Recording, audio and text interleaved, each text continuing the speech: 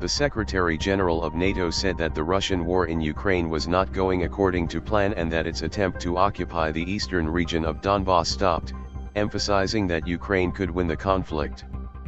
The Russian war in Ukraine is not going as planned by Moscow, Stoltenberg said. They failed to capture Kyiv, they are withdrawing from the vicinity of Kharkov, their great offensive in Donbas has stalled.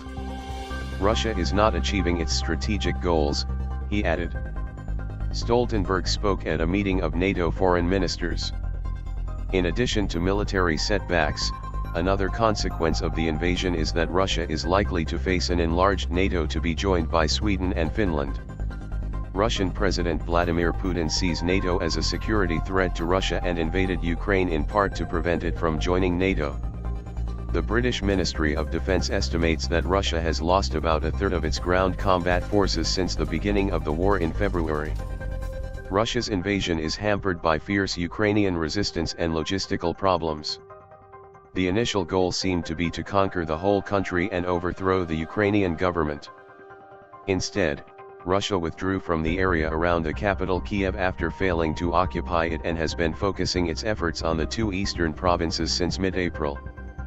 The Ministry of Defense said that the Russian offensive in Donbas lost momentum and significantly lagged behind in the schedule.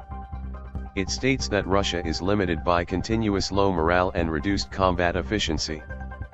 British Foreign Secretary Liz Truss said Ukraine's allies must continue to provide military support to help it push Russia out. Ukrainian forces have launched a counterattack on the city of Izium, Regional Governor Olesina Gubov said, something that could complicate Russia's plans to capture Donbas.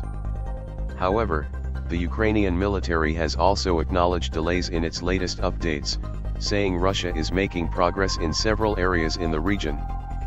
The remaining Ukrainian forces in Mariupol did not give in, and Russia continued to bomb the steel plant in which they are located.